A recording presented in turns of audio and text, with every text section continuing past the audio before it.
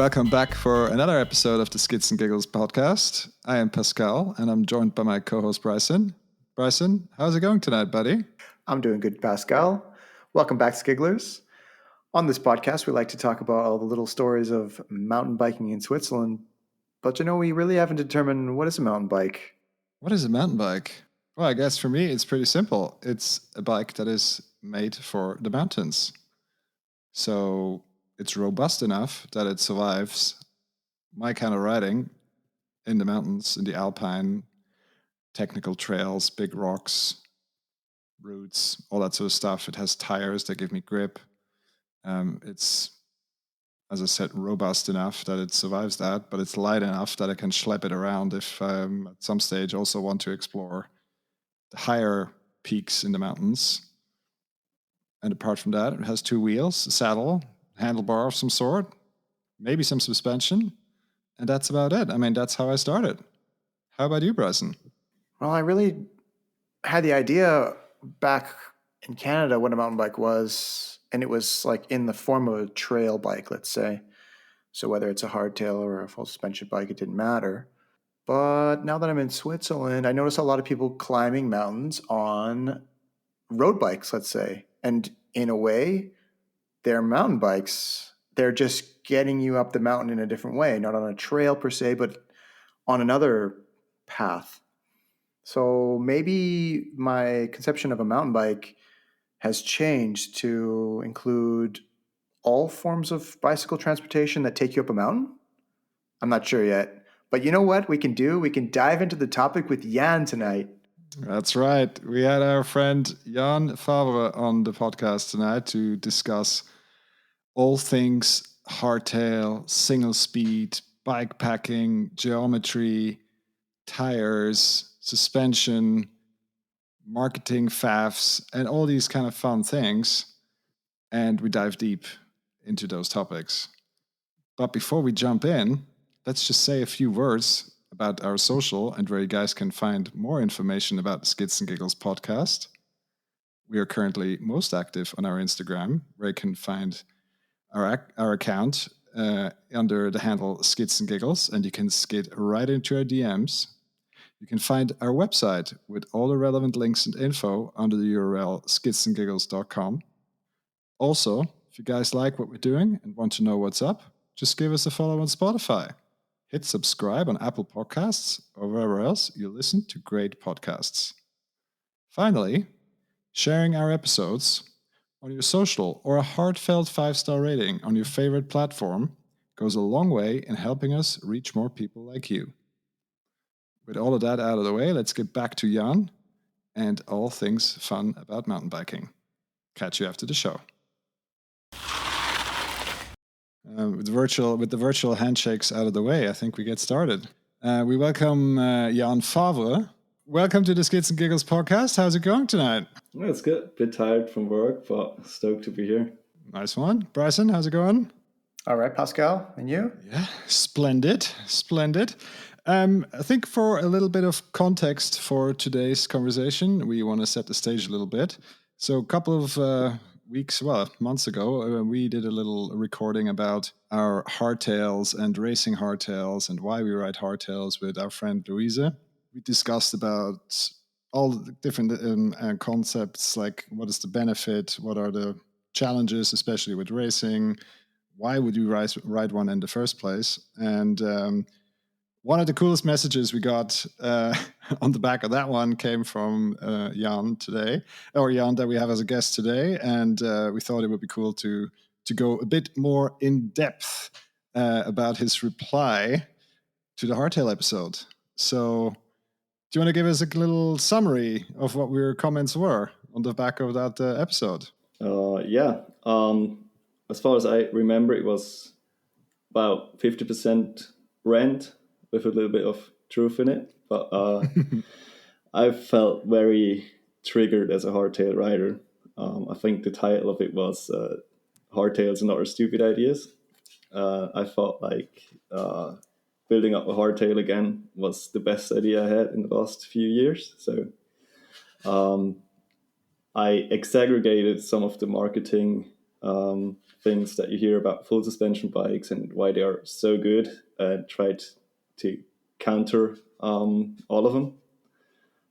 Of course, it's a bit more complicated than that, and I think that's why we're here. There you go. So I guess to set the stage in terms of the spectrum of hardtails, there is obviously, the classic hardcore hardtail, steel frame, lots of suspension. There is the cross-country hardtails. There's all different kinds. Where on that spectrum would you put yourself? Kind of on both ends of the extremes. Like it's a single speed downhill hardtails. I got 160 mil fork in it. I've already thought about putting a Dorado on it or something like that because it feels so stable. But I'm broke, so I didn't. And the single speed thing is pretty much the other extreme. Most people that ride single speed have no suspension. So I kind of tried something stupid, and I'm surprised that it works.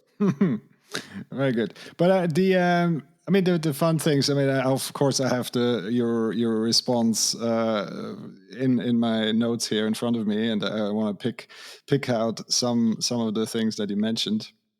One thing you mentioned is, of course, the geometry, and that that geometry is not stable. But for full suspension bikes, obviously things change a little bit as you go through the travel. Why do you think there is such a misunderstanding of why of the suspension, of the dynamic of the suspension, and of course as an extension then of the geometry? I think one of the reasons is because we learned that more is always better. Like I do myself, as I said, I wanted to put a Dorado on a hardtail, which is downright stupid. The reasons were more geometry wise, but more on that later. I think it's not only the number of travel, it's also the quality of travel and things like that are really important. And my main point is, like, I've got like 15 years of experience as a bike mechanic now. Sometimes the most complicated, most advanced suspension that you can buy might not be the best suited for everyone. So at some point it gets really complicated to kind of get the maximum out of it, which then leads me to think that you're just wasting money. So that's one of my key points, really. I think that if you buy a full suspension bike with all the knobs you can turn and all the adjustments in the world, it means that you have to invest not only money but also time to get it going. Other than that, it's just a waste. Doesn't mean it can't be better, but it probably isn't if you don't put in the time.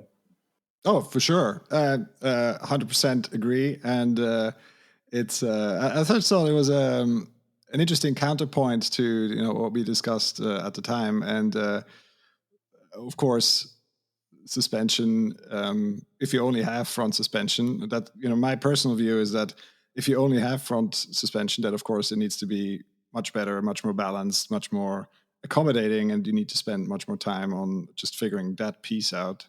And of course, then if you have rear suspension too, then there is the interaction between front and back, the balance between the two. How does it change, how your positioning of the bike, the balance of the bike overall, and a balance of grip actually is also quite an important one. Yeah. So it's an interesting concept, I think, for people to say, well, I'd rather spend more money on a good suspension fork and a hardtail than to spend the same amount of money for a middle of the road full suspension bike. And I think that is quite provocative. And I would also love to hear Bryson's opinion on this. Yeah, Jan, very good point. I'm, as a hardtail rider as well, like I see all the validity there, but I want to bring a counterpoint in here. Have you, or when was the last time you rode a full suspension bike that wasn't set up for you or was poorly set up? And how would you rate that against riding your hardtail that you have now, that you're used to riding? I've been riding full suspension bikes like most of the time. I always also had a hardtail, or most of the time also had a hardtail. So, well, last time I rode full suspension bike was 2 years ago, which was my 130 mil trail bike. I think Pascal has seen it when we were racing in Davos. I hope it was set up pretty well, but I kept changing. Like as soon as I did a little change on the back, I also had to adjust something in the front, and like just the opportunities to keep on tuning were there, so I did. So probably the riding was better, but it was also quite stressful. So I was always tinkering and trying to get. I mean, there's so many ways you can set up a bike. It can be soft and fast, or it can be stiff and slow, and you'll have the same dynamic ride height, but you're completely different setups. So, and depending on the weather, you could change it every day. So that got me completely stressed out because I'm trying to achieve the maximum I can get out of my bikes, and it left me completely stressed at some point. Like I'm now enjoying the simplicity of my bike, because it won't be perfect after all. Like it won't be the fastest bike on the hill I could ride. Of course, on some trails on the full suspension bike, I'm going to be faster. So the point about hardtail is not the suspension, it's the geometry, and that is much, much easier to keep within a certain range. So all my setup on the hardtail is to prevent geometry. That's way simpler than on a full suspension bike because I just couldn't get it right. If it was softer, it was moving too much. If it was stiffer, I felt like, why am I riding a full suspension bike? I'm not even using the travel. Yeah, so it kept going back and forth. So that was my personal reason to try out something else.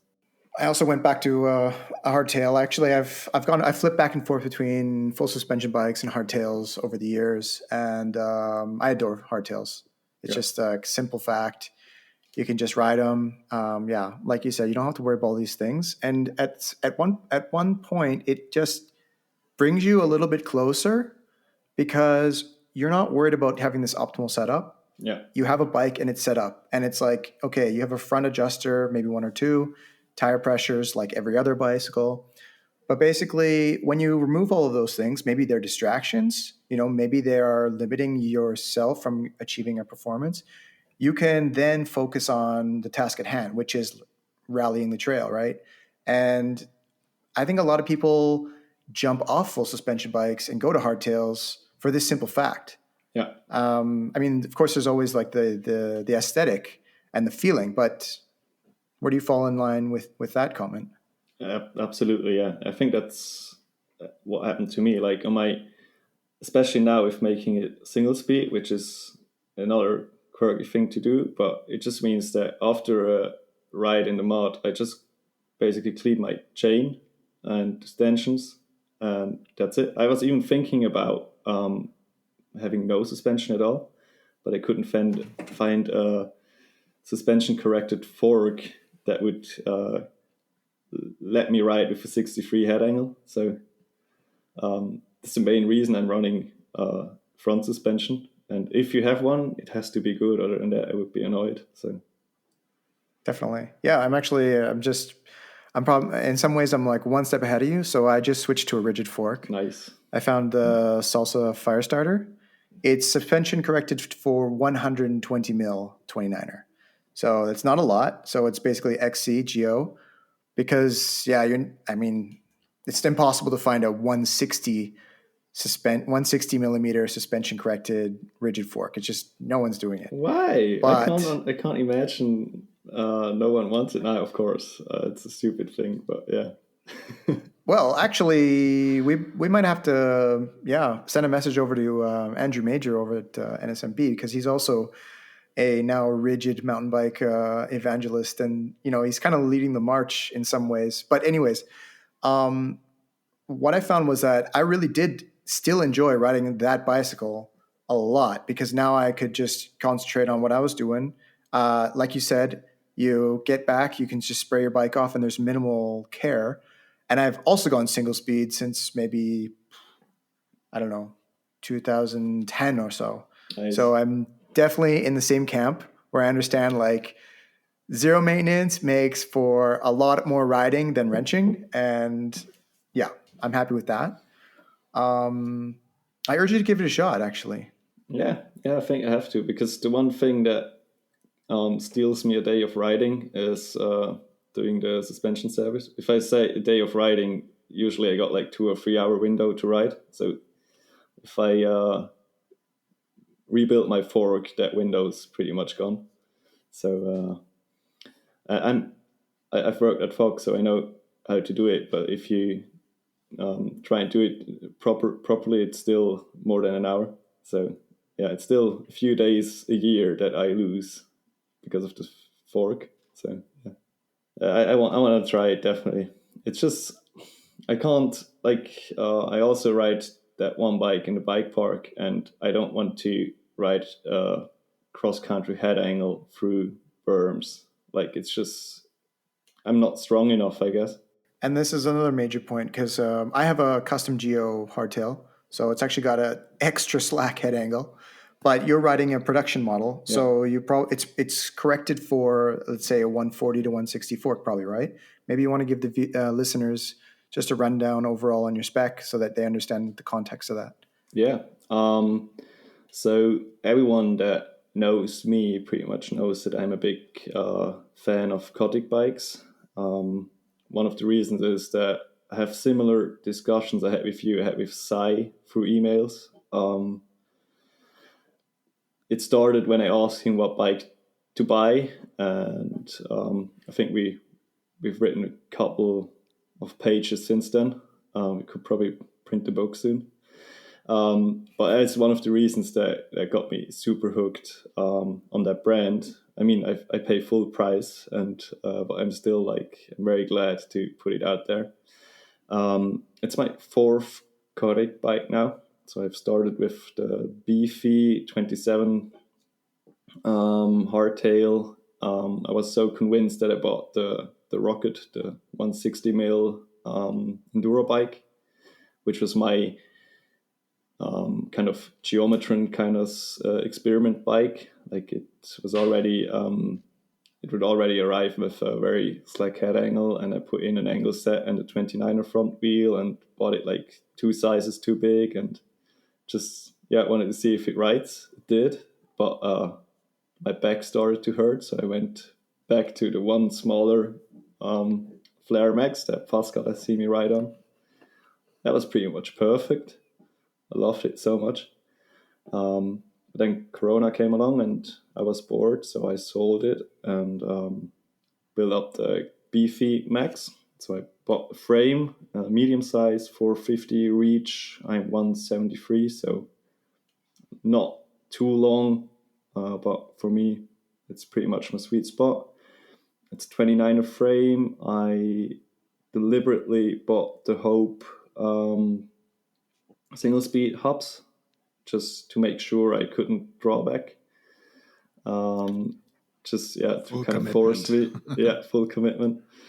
Laced DT Swiss rims, put on meaty tires. I'm now having Onza Porcupine RC tires, like the DH tires on it, just because that was the weak spot. I started with light tires, and it was unrideable. I lost the tire mid-turn because of the stiffness of the rear, and just went through tires. Running XTR cranks, and I think the most important thing is Fox 36 factory that I keep rebuilding and trying to get everything out of it I can, because it seems like I'm just too weak. My hands are really paying the price for the hardtail. So I try to get everything out of that fork. But yeah, I think that's the thing that stands out. All the pieces together were probably the same price as the fork. And you're running that fork at which travel? 160. You know, like I started at first, I had a pike with 140 mil, and then I took the bike to the bike parks, and the bike just couldn't handle the head angle and the big jumps. It was just feeling like it was moving back and forth instead of up and down. Like when you were running into a turn with all those braking bumps, you could see it in the slow-mo videos. It just, at some point, it kind of stopped working. It was good as soon as you weren't in the bike park. But yeah, I had to upgrade that. That's the only thing I've changed, really. Yeah, I mean, I can see that with the bike. I do have a bike on one of my other bikes, and I can see that's probably not quite made for bike parks. One interesting thing I find is, of course, we always talk about, we said geometry and the turns and being stable and all these kind of things. And I guess also before we started recording, actually, so far we only talked about head tube angle and it needs to be slack, and we talked about reach and this is your sweet spot, but we haven't talked about C-tube angles. And I know that Bryson also feels pretty passionately about C-tube angles, and actually that's the one thing. I was close to buying a Beefy Max, by the way, as well. But the interesting thing, the one thing that for the intention that I didn't quite like compared to my current bike, which is a Moxie, is the C-tube angle, which is quite a bit slacker than some of the, let's say, more aggressive, hardcore hardtails. Yeah. What is your take on C-tube angles? Because I know you run your saddle quite far slammed forward, which suggests to me you're not quite the big fan of 74-degree head C-tube angle. Sorry. I'm in a lucky position to have very short legs, so I'm a dachshund somehow. Got very, very long torso and arms. Yeah, I slide my saddle all the way forward, but it's also because I install my cleats all the way backward.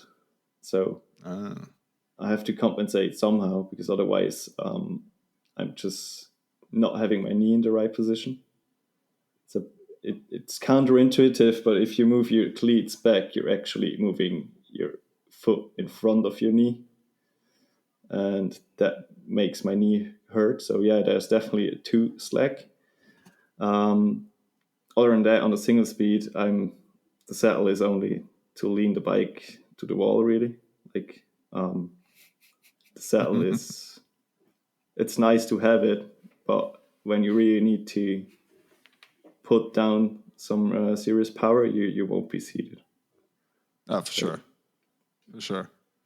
Which actually it brings me to kind of another topic, and I've recently gone through the experience of racing some multi-day events on the hardtail, and of course, most people came up to me and, "Are you crazy? How can you do this? This is so hard. Why would you do this on a hardtail?" And it's like, well, it's actually fine as long as I'm standing. It's the only problem really is when you sit for a long time and you're going over flattish terrain with a lot of bumps in it, like small chattery bumps that really come through on your back when you're riding, certainly at my advanced age.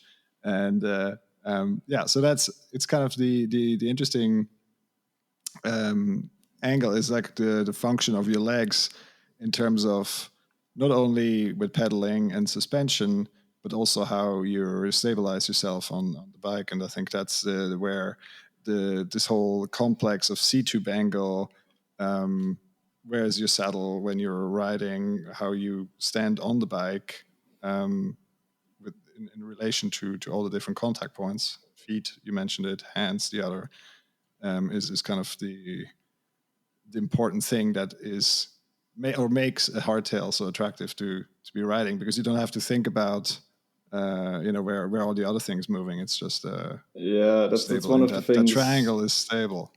Yeah, I think I've also mentioned that in my initial reply, that that like everyone is talking about that seat angle, and they're like, yeah, now it's called slack if you have a 74-degree seat angle on a hardtail, because your full suspension bike maybe has 76 degrees, but as soon as you sit down, you're actually slacker. And if you move uphill, it's actually even worse because all your weight is on the back. And it moves back and forth as soon as you pedal up some rooty bits. So yeah, it's also I've read a lot about it, and I know how theoretically C-tube angles are measured, but I can't really make sense of it. Like, it's so random. You really need to know at what height they are measured, and some brands do actually claim that, but most don't. So I think a comparison is really difficult. Oh, And no, you need to do it. If you want to be accurate, you need to do it yourself. Put your bike on next to a wall, take a photo, and then get some 3D software or something where you can actually measure the effective seat tube angle at your specific saddle height, right? Because my example, I'm the flip side of your body shape. I have very long legs and a shorter torso, relatively speaking. I have my saddle at about 80 centimeters from the bottom bracket. So that is a very different discussion depending on the C-tube angle. Like the actual angle of the C-tube where you're going to sit in relation to the bottom bracket and the rear axle, as it may be. And yeah, so that's why if you want to do that real exercise really accurate, then you should be measuring your saddle position relative to the bottom bracket and using those measurements. Yeah, because for my size, usually the saddle rails are long enough to compensate for it. Like you're talking about 1 or 2 degrees mostly. So it's not like 5 centimeters in the end, or maybe it is, but that's almost what you can make up for. It's probably 2. But for me, it's not something to look at. In the worst case, I get a different crank length and my knee is going to be in the right position again. So it's like, yeah, if that's one of the benefits of not being too tall, I guess. Sure. What would make you buy a full suspension bike again? Not marketing, because I think that's terrible. That's one of the main reasons I'm also kind of distancing myself with stupid projects like that. At the moment, I'm actually thinking about getting one, but probably not next season. Probably I'll do at least one more season of hardtail only.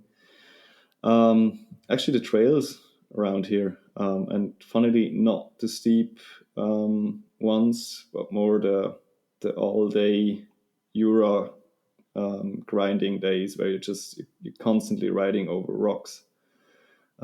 So for content, I live in Basel, so you can just climb up the next hill and you're in the middle of Jura mountains where it's just rocks everywhere.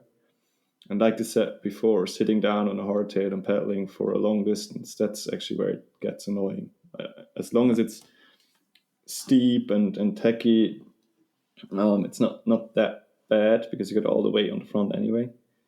But if you want to carry momentum over those ridge lines, and it can get a bit more tiring than it should be. So I'm sure I could do longer or also more longer rides on a full suspension bike. So that would be one of the main reasons.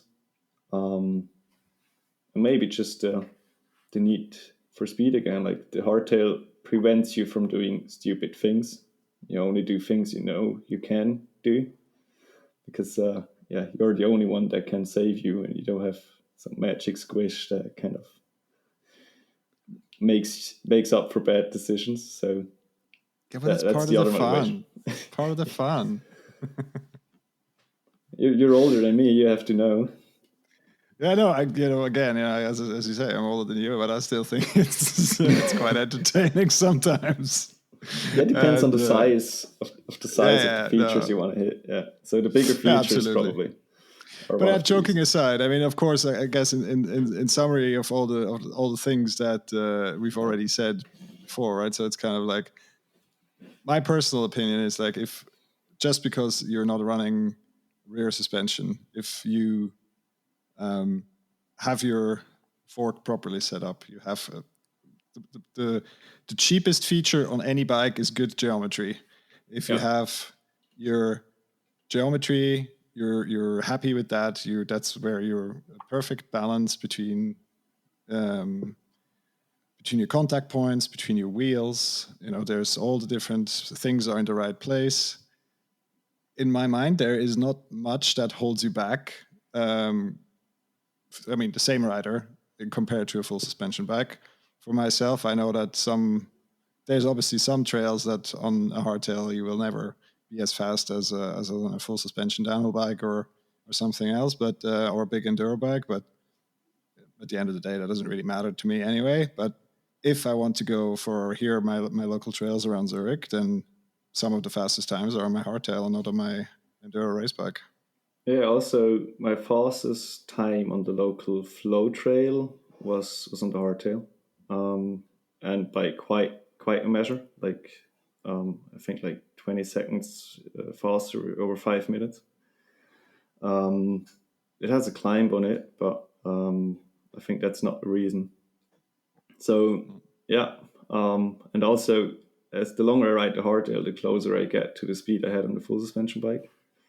It's just your margin of error is small. Like, I think to ride hardtail fast, you just need to know what you're doing. You won't ride out of your ability. True. You just ride within your limits. And on a full suspension bike, you sometimes might get away with stretching those limits a little bit. So, but if you know what you're doing, you can carry so much speed out of a berm, or like for some gaps you even need a bit less speed because you won't lose some of your momentum when pushing down. And on other parts, what I've learned in the bike parks is braking bumps, for example. It's just something you just won't be at the same speed as the full suspension rider, because it just slows you down. You just can't do anything about it. But yeah, I'm with you on that. Well, the last time I saw you riding in a bike park, I saw you also riding with Anna Newkirk. So don't be too hard on yourself for not keeping up with a World Cup downhill racer. I think the first 2 or 3 laps I did, but then I got tired. She started to get into it. Yeah, it was tough, but it was great fun. Probably she's one of the reasons I might have to get a full suspension bike again, because she keeps getting faster and I keep getting slower. So yeah, there you go. I need something. Some free speed. Yeah. All right. Well, but if you had to choose, never ride suspension again or never ride gearing again, what would you choose? I miss the gearing a bit more, to be honest. So yeah, I could live without suspension, but at some point I need to have gears again, especially if I want to keep riding when I'm 50. Because if I had some tough weeks where I've been pushing it, I do definitely feel it in my knees. You made some really good points, but I can't help but think that there are going to be some shredders out there on their full suspension bikes who are going to listen to this and be like, no, I don't believe him. What would you say to that? Like, they simply just don't believe you. Like, the first thing is, of course, I'm playing a bit of devil's advocate. I mean, I've raced downhill and I'd never do it on a hardtail, and I'd never be at the same speed. But at the same time, I won't have more fun on a full suspension bike. So I think the riding is the same. And on the other hand, I know so many people that have never ridden a proper hardtail. If they hear hardtail, they think about their first cheap mountain bike that just, didn't work, I think most people would be surprised how easy it is to ride a good hardtail, because that's my key point, really. I think riding a hardtail is easy, and it's easier to reach your own potential limit on the hardtail than it is to reach it on a full suspension bike. So why would anyone buy a Mini Cooper and not just go for a Ferrari or a BMW? I mean, if money wouldn't be a thing, which is the other point, hardtail is way cheaper. But everyone agrees that a Mini Cooper is a fun car, but no one would say that it's faster than a Porsche or so. Like, yeah, for me that's the reason. It's pure, and the fun is sometimes even better because you don't have to go as fast to be on the limit. I'm glad you went there with the topic of potential, because I was trying to put together all of the pieces of this conversation, and you're obviously experienced when it comes to riding fast. You're very experienced when it comes to bike setup, and also you're a mechanic. You're intimately knowledgeable with suspension, of course, being with Fox for some time. And so, when you put all these things together, it's kind of like when you consider all of the experiences that you've gone through, it's not hard to see why you are trying to use a hardtail in this situation, because you are trying to explore. If I'm willing to bet, you're willing to explore your potential as a rider, not as like a combination of rider and bike. And so when you limit yourself by using a hardtail, you can actually feel as if you're not limiting yourself because you're exploring that deeper potential. Yes. Where would I be?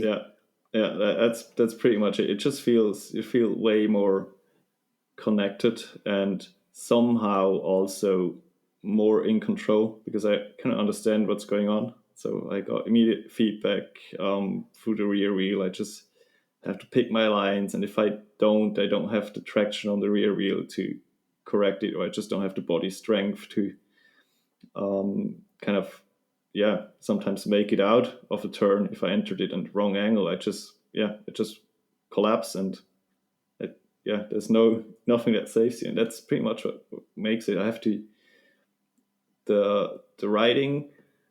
The experience I have now in riding is way more pure. Like, I have to be so focused all the time. My legs are what give me the suspension. It's what gives me the geometry changes I want. Like, I can move the center of gravity on the bike by moving my body weight, and it's not the wheels moving under me. So I have to do everything, and I'm responsible for it. And on a full suspension bike, I feel like I give some of that away to the shock. Yeah, it feels like 10 or 20% of what's happening is it's actually what the engineers did and not what I did. I'm also willing to bet you probably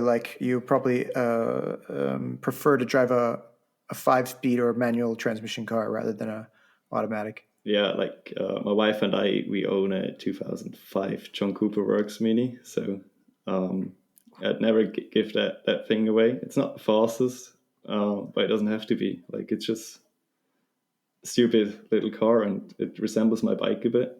Yeah, I like it. Simple thrills. Yeah, this is an element of fun, right? Yeah, I think simplicity, and that's one of the things. Like, if I try to make notes about what happens on a full suspension bike when you are riding a berm, it's just like basically it's almost 2 pages. When front compresses, what that means, that's the same thing on a hardtail, but that's where it ends on the hardtail. Like, in the end, the fork expands again, and you reverse those steps, but you don't have change in chainstay length and all those things that, like, it's so complex. Of course, you're not thinking about it when riding, but you do somehow counteract those movements. So there's so much going on. Like, if you just think about what the weight distribution, how it changes when the shock extends when you're slowing down, or if the rear wheel starts to move up and down, and like everything, and you're always counteracting those movements. So it takes away from that pure feeling of just you on that trail. It's just so much noise, really. I was going to make that comment. It's like a lot of noise, like a lot of static. Yeah, yeah, So you cut off half of the sensors and you get a little bit of a more pure signal. yeah, yeah. That's pretty much how I describe it. Yeah.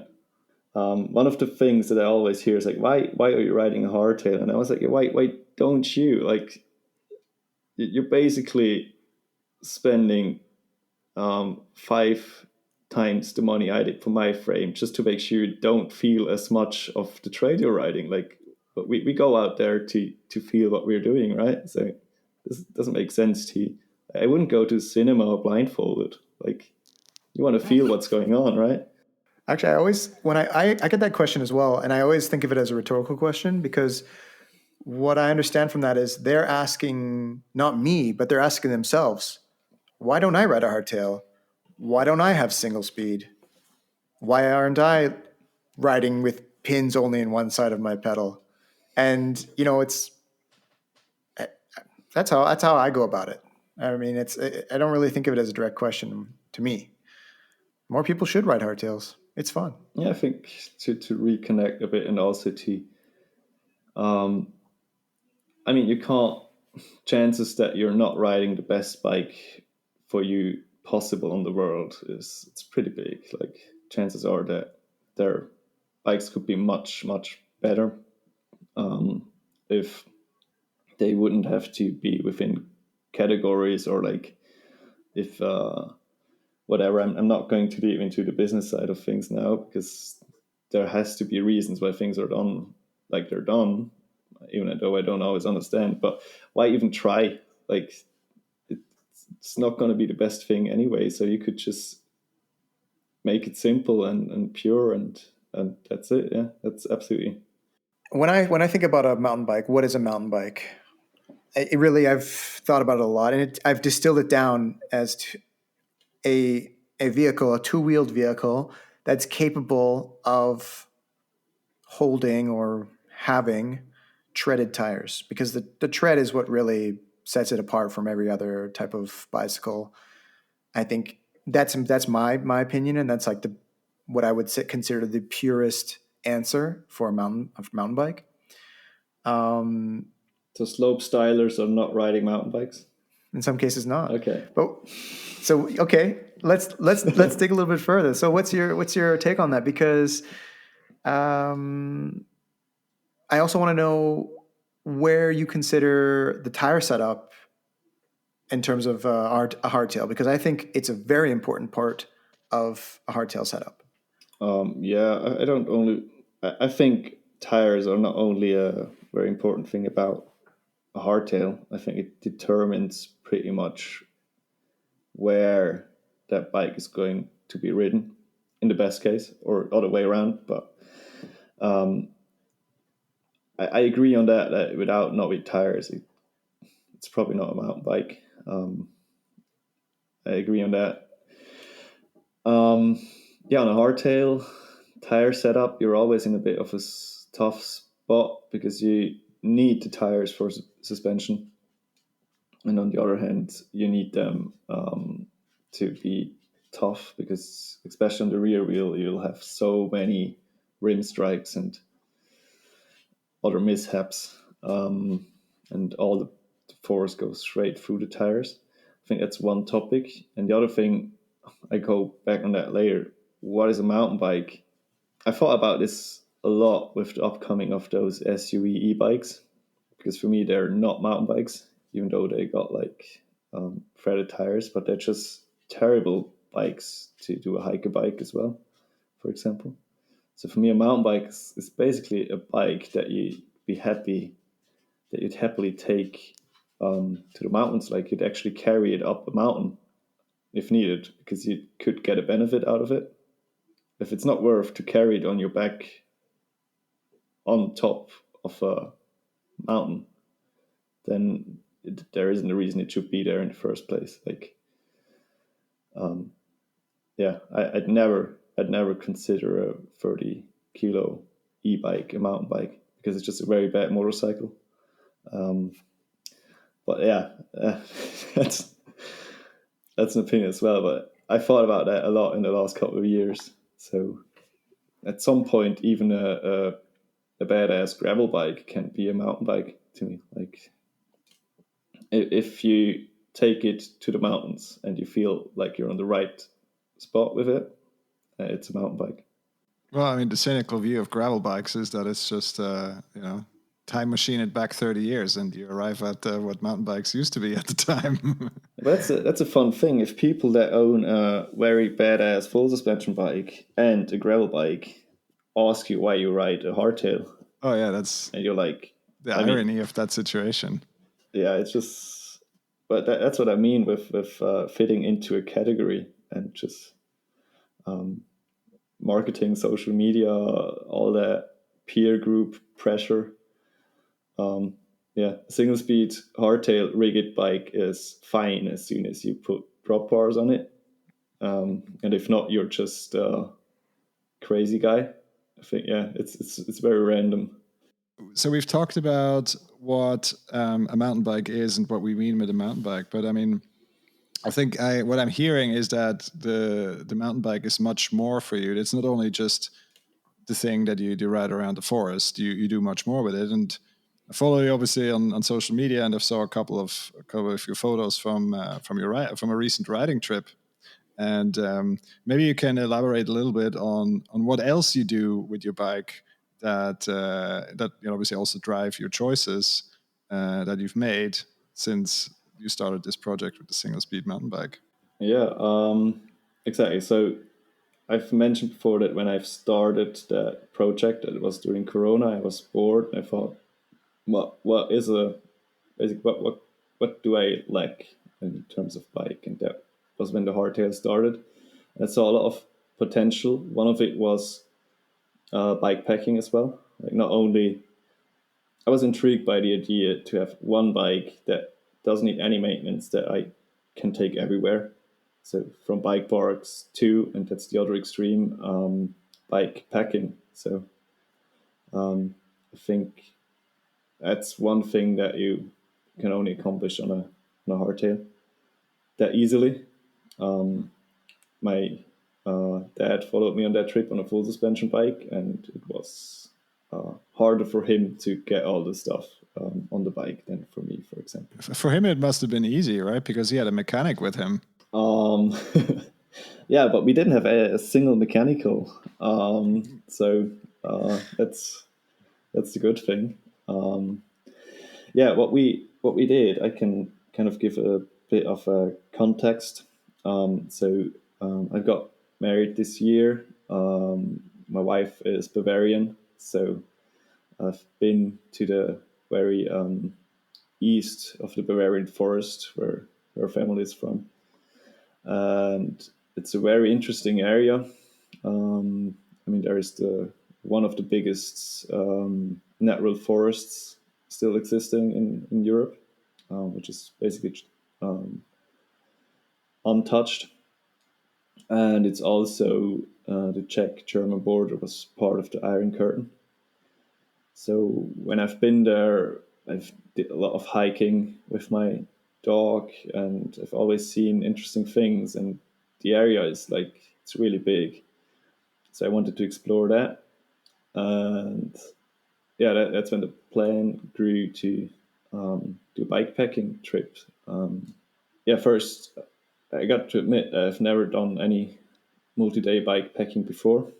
I just went on Canoe and started putting together a round trip.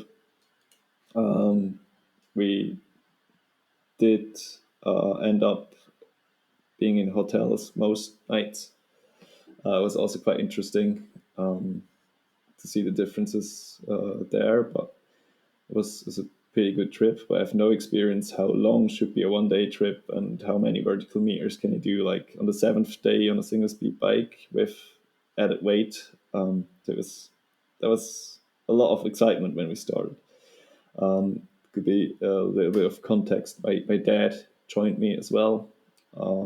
He got retired just a few months before that trip, and he was getting back to shape. He did marathon and triathlon previously, so even though He's fit.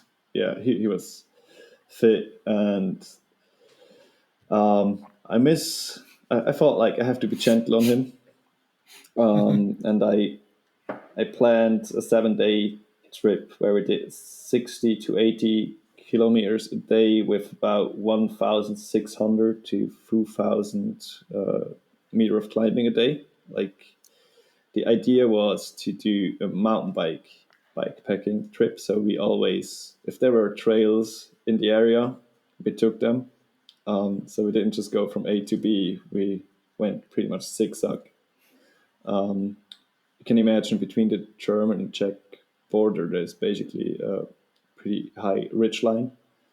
So we climbed that ridge like twice a day when we moved from one side to the other of those valleys. So a lot of trails, almost no on-road riding.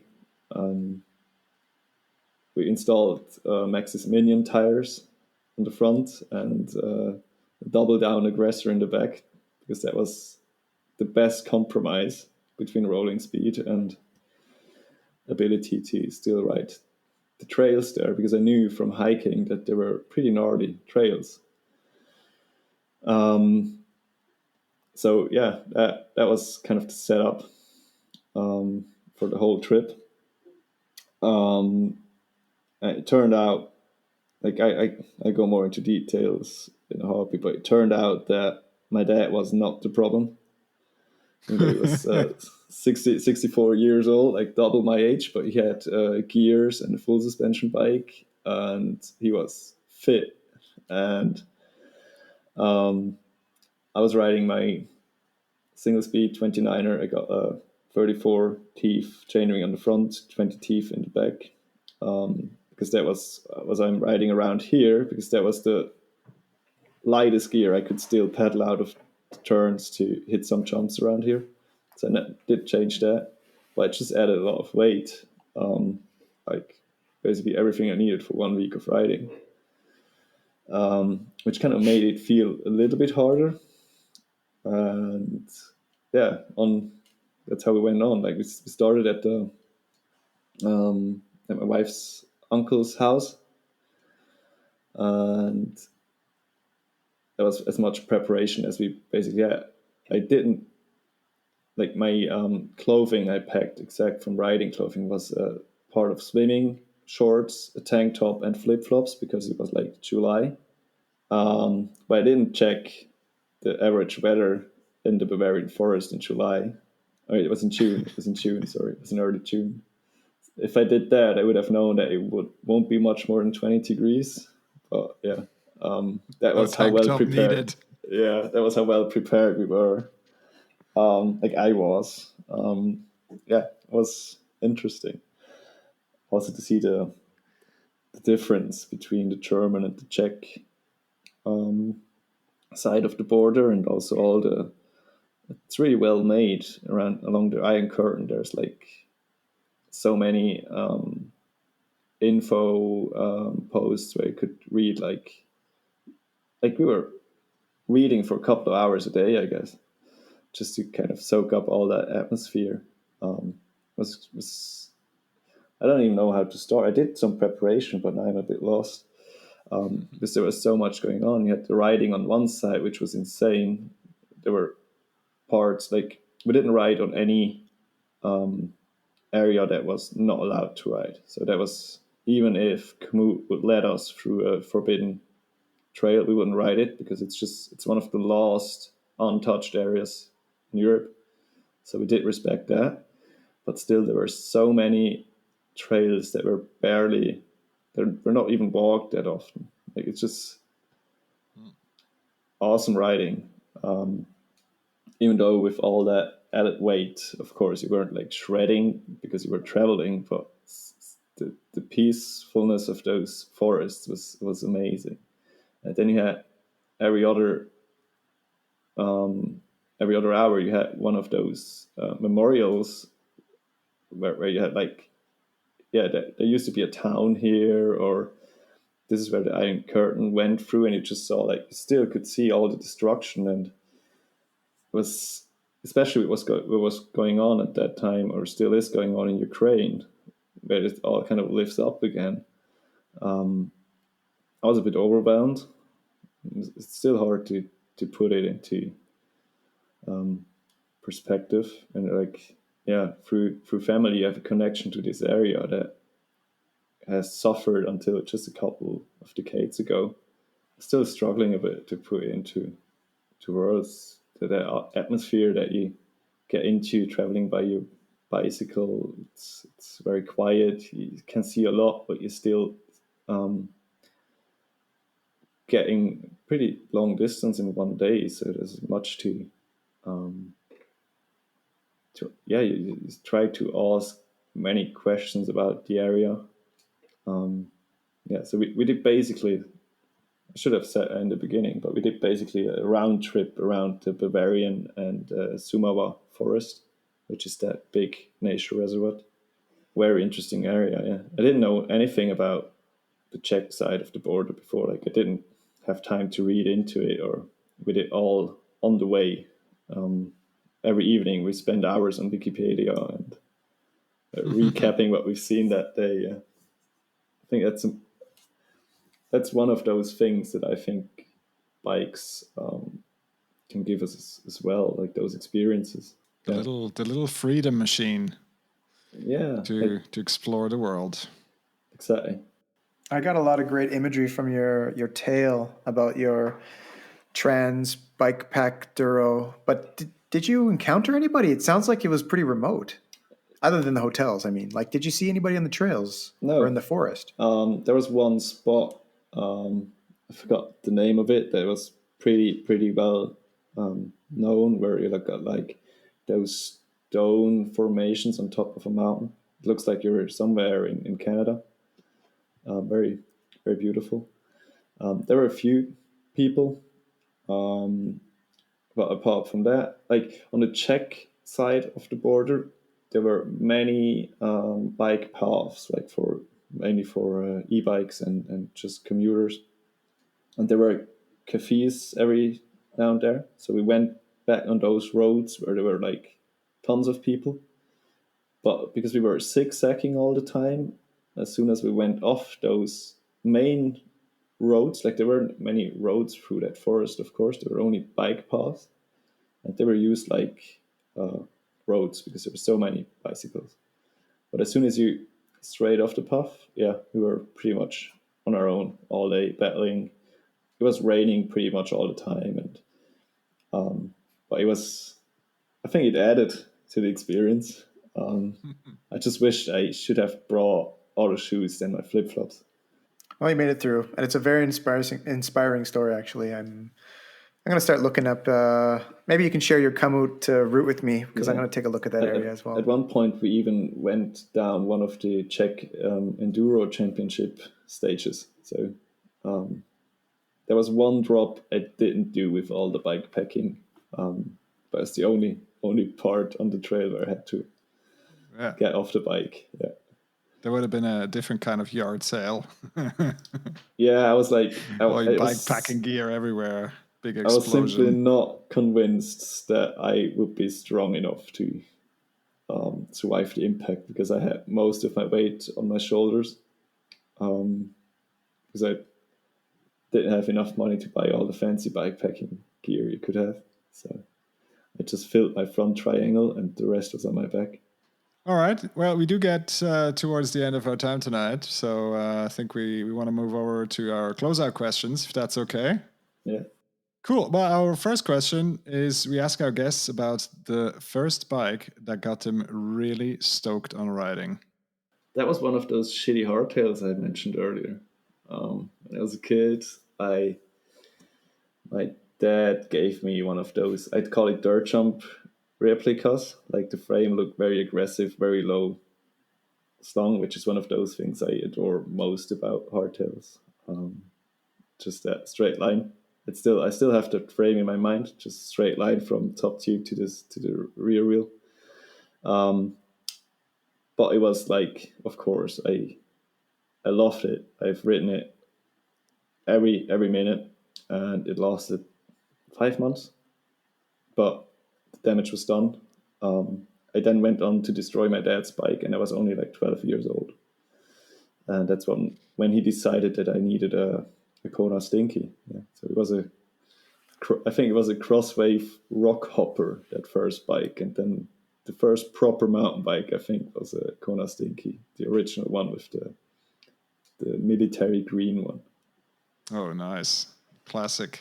With our second question, we ask our guests to imagine themselves as a bike magician extraordinaire by the name of Harry Skidini. And with your magic dropper post, you can make riding a bike for anyone more awesome. What would you do? I'd make anyone care less about anything else than just themselves and their riding. Like, not even about their bike, just their riding. So that not only when you're on your bike, most people are in the moment. But as soon as you get off, it's all that peer pressure. You need to have the right bike, the right equipment, and all that. I just tried to get rid of that and just make people ride their bikes again. The best mountain biker is just someone that's happy riding his bike. Word up. So, bike pack, Trans Bike Pack, Duro, Bavaria, Czech Republic. Okay, you probably are up on some pretty gnarly trails there. Did you happen to slash any skids? And if you did, yeah, I think tell me about it. My favorite part was it was raining, like I said, like most of the time, and there was a very steep chute down to a river, and there was a left-hander leading onto a wooden bridge in the rain. And I approached it way too fast, put out a foot, and kind of made it on the bridge. But as I said, it was wooden. And what I've seen then was that it was gone, like it was destroyed. So I pretty much skidded on my back into a river. That was the best part. Because I then had, of course, I was riding my carbon cross-country shoes. So I had to climb back out of that river on those slippery rocks with the loaded bike on my back on carbon shoes. Which was, like, I wasn't very lucky with shoe choice on that trip. But yeah, that was one of the most memorable skids of my life, I guess. I like it. Approved.